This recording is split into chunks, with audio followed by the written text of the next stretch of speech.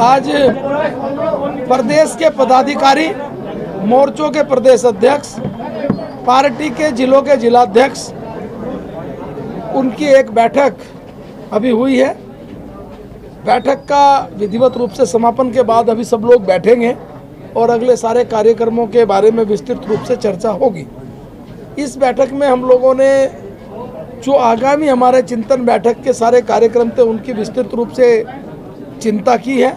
उनकी भूमिका उस कार्यक्रम में क्या रहेगी उनको बताया है। प्रत्येक पदाधिकारी का महीने में कम से कम 10 दिन का प्रवास अपने जहां का वो प्रभारी पदाधिकारी है उस जनपद में उनका रहेगा।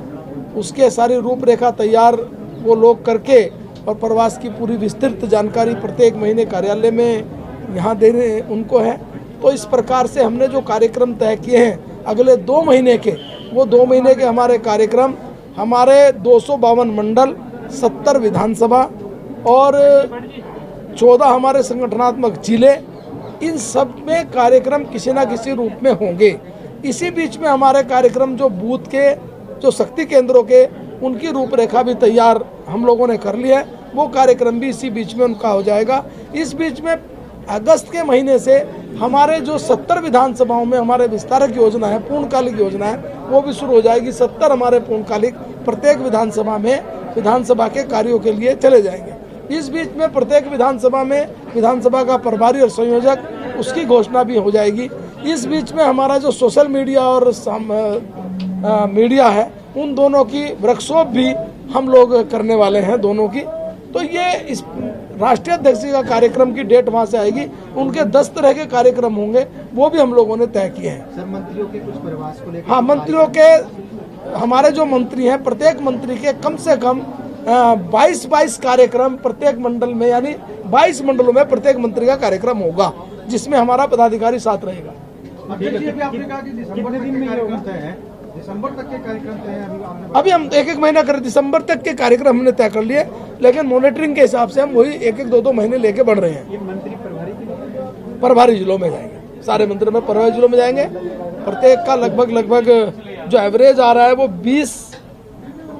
24-20 और 25 के बीच में उनका 1-1 मंत्री का मंडल प्रवास रहेगा। कल सुबह हमारे सारे मोर्चे हैं, मोर्चे के समस्त पदाधिकारी अध्यक्षों के साथ कल उनकी मीटिंग है। वो यहाँ नहीं होनी थी, जहाँ हुई मैं फिर बताऊंगा। दिल्ली में आप थे? हाँ, मैं बताऊंगा ना, जब करेंगे तुरंत बताऊंगा। मैं हर चीज बता दूंगा आपको। तो पूछ लो, कहना यार, मैं तो सब बोल ही दिया। दिल्ली दौरा रहा था, क्या कुछ आउटपुट रहा राज्य के? देखिए, मैं जो जिम्मेदारी मुझे मिली उसके बाद मैं पहली बार माननीय प्रधानमंत्री जी का, हमारे राष्ट्रीय अध्यक्ष जी का और गृह मंत्री जी का और सभी केंद्रीय नेताओं का मैं धन्यवाद करने के लिए गया था, आभार व्यक्त करने के लिए गया था। उसमें मैंने उत्तराखंड से जुड़े हुए बहुत सारी जो योजनाएं चल रही हैं, उन योजनाओं के बारे में भी मैंने वहाँ पर अनुरोध किया, वहाँ पर बात की और सभी केंद्रीय मंत्रियों से भी मिला, क्योंकि उसकी एक लंबी लिस्ट है। आप लोगों को मैं अगर चाहेंगे तो वैसे दे दूँगा।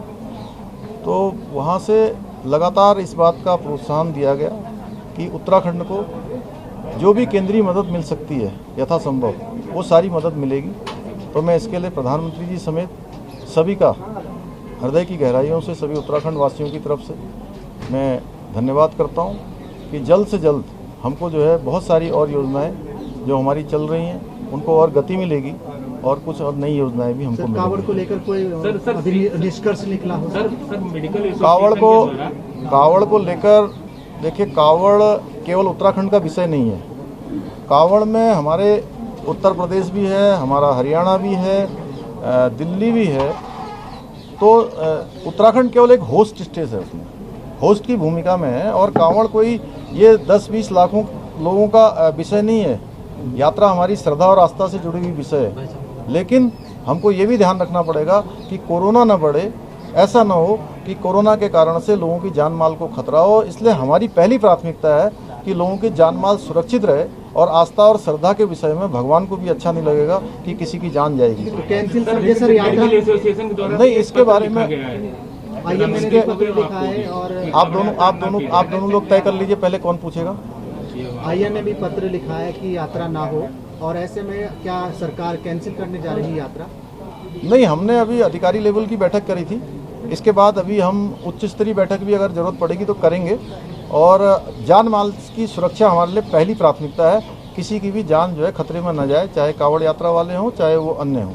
सर बिजली को लेकर काफी सियासत अब देखने को मिल रही है। हर पार्टी कह रही है कि निःशुल्क बिजली देंगे। केजरीवाल जी आए थे, उन्होंने कहा ऊर्जा मंत्री के बयान से संतुष्ट हुआ, लेकिन मुख्यमंत्री जी ने खारिज कर दिया कि अभी कोई ऐसा प्रस्ताव नहीं है। और कांग्रेस ने देखिए, हरीश रावत ने भी कह दिया कि हमारी सरकार आएगी तो 100 यूनिट पहले साल और दूसरे साल 200 यूनिट फ्री। देखिए, हमारी जो सरकार है अभी चल रही है वो सबको अच्छी बिजली दे रही है, 24 घंटे बिजली दे रही है और सस्ती बिजली दे रही है, और उत्तराखंड के हित में जो आगे होगा वो भी हम करेंगे। सर, जनसंख्या नियंत्रण को लेकर आपका स्टैंड क्या है, क्योंकि पड़ोसी राज्य उत्तर प्रदेश लागू कर रहा है? देखिए, जनसंख्या भी है, भू कानून भी है, और भी कई सारे कानून हैं और कई सारे एक्ट जो बने हुए हैं। जो भी उत्तराखंड राज्य के हित में होगा, उत्तराखंड की जनमानस के लिए जरूरी होगा, उसको हम अमल में। Subscribe now and press the bell icon. Never miss an update.